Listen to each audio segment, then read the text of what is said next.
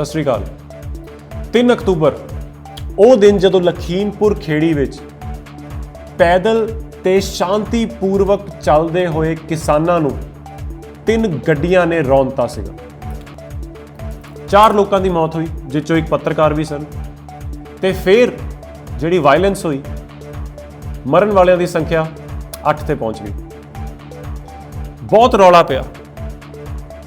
ਅਜੇ ਮਿਸ਼ਰਾ ਉੱਤਰ ਪ੍ਰਦੇਸ਼ ਦੇ ਮੰਤਰੀ, ਬੀਜੇਪੀ ਤੋਂ ਜਿੱਤੇ ਹੋਏ ਮੰਤਰੀ, ਉਹਨਾਂ ਦਾ ਬੇਟਾ ਆਸ਼ੀਸ਼ ਮਿਸ਼ਰਾ, ਉਹਦਾ ਨਾਮ ਸਾਹਮਣੇ ਆਉਂਦਾ। ਬਹੁਤ ਪ੍ਰੈਸ਼ਰ ਪੈਣ ਤੋਂ ਬਾਅਦ FIR ਹੁੰਦੀ ਹੈ। ਆਸ਼ੀਸ਼ ਮਿਸ਼ਰਾ ਅਰੈਸਟ ਵੀ ਹੁੰਦਾ। ਪਰ ਸ਼ਾਇਦ ਦੇਸ਼ 'ਚ ਪਹਿਲੀ ਵਾਰ ਐਵੇਂ ਹੋਇਆ ਕਿ ਆਸ਼ੀਸ਼ ਮਿਸ਼ਰਾ ਦੇ ਪਿਓ ਨੇ ਨਾ ਆਪਣੀ ਪੋਸਟ ਛੱਡੀ ਤੇ ਨਾ ਹੀ ਉਹਨੂੰ ਛੱਡਣ ਲਈ ਉਹਦੀ ਪਾਰਟੀ ਵੱਲੋਂ ਕਿਹਾ ਗਿਆ। ਫਿਰ ਇੱਕ ਸਪੈਸ਼ਲ ਇਨਵੈਸਟੀਗੇਸ਼ਨ ਟੀਮ ਬਣੀ, ਜਿਹਦੀ ਹੁਣ ਰਿਪੋਰਟ ਆਈ ਹੈ ਤੇ ਰਿਪੋਰਟ ਨੇ ਸਿੱਧੇ ਸਪਸ਼ਟ ਲਫ਼ਜ਼ਾਂ ਵਿੱਚ ਕੋਰਟ ਨੂੰ ਇਹ ਗੱਲ ਕਹੀ ਹੈ ਕਿ ਆਹ ਕੋਈ ਗਲਤੀ ਜਾਂ ਲਾਪਰਵਾਹੀ ਨਾਲ ਕੀਤੀ ਹੋਈ ਗਲਤੀ ਨਹੀਂ ਹੈ। ਇਹ ਰਚੀ ਹੋਈ ਇੱਕ ਜਾਣ ਬੁੱਝ ਕੇ ਕੀਤੀ ਹੋਈ ਸਾਜ਼ਿਸ਼ ਹੈ ਤੇ ਕਤਲ ਹੈ।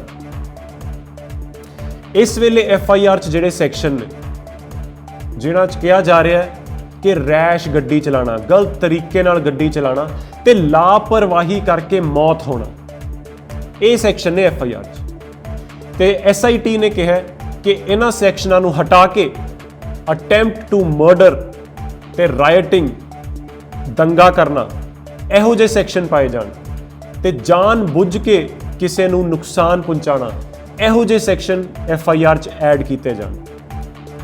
ਅਕਤੂਬਰ 3 ਨੂੰ ਬਹੁਤ ਸਮਾਂ ਹੋ ਗਿਆ, ਕਿਸਾਨ ਅੰਦੋਲਨ ਵੀ ਮੁੱਕ ਗਿਆ, ਪਰ ਜਿਨ੍ਹਾਂ ਨੇ ਜਾਨਾਂ ਗਵਾਈਆਂ ਨੇ ਉਹਨਾਂ ਲਈ ਕੋਈ ਜਿੱਤ ਨਹੀਂ ਹੈ।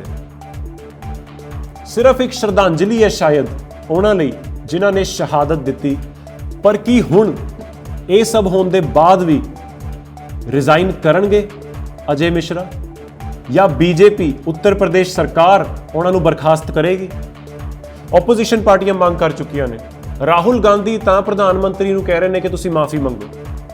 ਪਰ ਮੈਨੂੰ ਲੱਗਦਾ ਹੈ ਇੰਡੀਆ ਦੀ ਡੈਮੋਕ੍ਰੇਸੀ, ਜਿਹਦੇ 'ਚ ਹਮੇਸ਼ਾ ਇਹ ਹੋਇਆ ਕਿ ਜੇ ਕੋਈ ਇਹੋ ਜਿਹੀ ਗਲਤੀ ਨਾਲ ਫੜਿਆ ਜਾਂਦਾ ਹੈ, ਚਾਹੇ ਉਹ ਬਾਅਦ 'ਚ ਬਾਇਜ਼ਤ ਬਰੀ ਹੋ ਜਾਵੇ, ਪਰ ਉਸ ਵੇਲੇ ਉਹਨੂੰ ਬਰਖਾਸਤ ਕੀਤਾ ਜਾਂਦਾ ਹੈ। ਲੋਕਾਂ ਦਾ ਹੋਰ ਕੁਝ ਨਹੀਂ ਤਾਂ ਇੱਕ ਭਰੋਸਾ ਬਣਿਆ ਰਹਿੰਦਾ ਕਿ ਇਨਸਾਫ ਮਿਲੇਗਾ ਤੇ ਗਲਤ ਕਰਨ ਵਾਲੇ ਦੇ ਨਾਲ ਵੀ ਉਹ ਇਨਸਾਫ ਹੋਏਗਾ ਜਿਹਦਾ ਉਹ ਹੱਕਦਾਰ ਹੈ।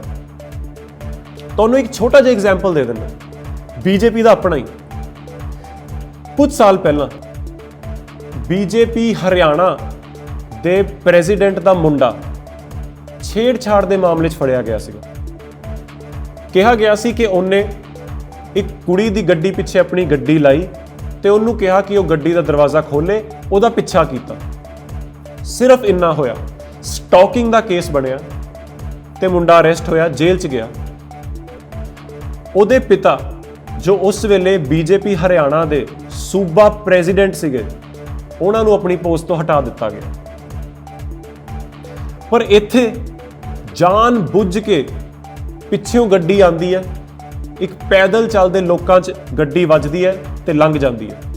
4 ਲੋਕਾਂ ਦਾ ਕਤਲ ਕੀਤਾ ਜਾਂਦਾ ਸ਼ਰੇਆਮ। ਪਰ ਹਜੇ ਤੱਕ ਮੰਤਰੀ ਪਾਵਰ 'ਚ। ਮੈਨੂੰ ਨਹੀਂ ਪਤਾ ਆਸ਼ੀਸ਼ ਮਿਸ਼ਰਾ ਉਸ ਗੱਡੀ ਵਿੱਚ ਸੀਗਾ ਕਿ ਨਹੀਂ, ਕਿਉਂਕਿ ਉਹਦੇ ਪਿਤਾ ਨੇ ਤਾਂ ਇਹੀ ਕਿਹਾ ਕਿ ਆਸ਼ੀਸ਼ ਮਿਸ਼ਰਾ ਦੀ ਹੀ ਗੱਡੀ ਸੀ, ਪਰ ਉਹ ਖੁਦ ਉੱਥੇ ਨਹੀਂ ਸੀਗਾ।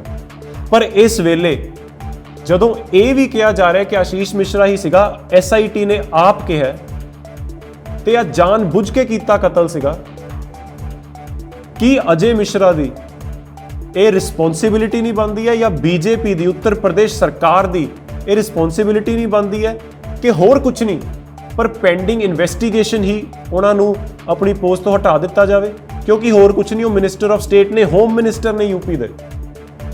ਜੋ ਹੋਇਆ ਉਹਦੇ 'ਚ ਉਹਨਾਂ ਦੀ ਡਾਇਰੈਕਟ ਇਨਵੋਲਵਮੈਂਟ ਹੈ, ਉਹ ਸਟੇਕ ਹੋਲਡਰ ਨੇ ਇਸ ਇਨਸੀਡੈਂਟ ਦੇ। ਮੈਨੂੰ ਲੱਗਦਾ ਇਲੈਕਸ਼ਨ ਆ ਰਹੀ ਹੈ UP 'ਚ ਵੀ, ਤੇ BJP ਨੂੰ ਹੋਰ ਕੁਝ ਨਹੀਂ ਤਾਂ ਇੱਕ ਪੋਲੀਟੀਕਲ ਡਿਸੀਜਨ ਹੀ ਇਹ ਬਣਾਉਣਾ ਚਾਹੀਦਾ ਹੈ ਕਿ ਮੰਤਰੀ ਨੂੰ ਹਟਾਇਆ ਜਾਵੇ।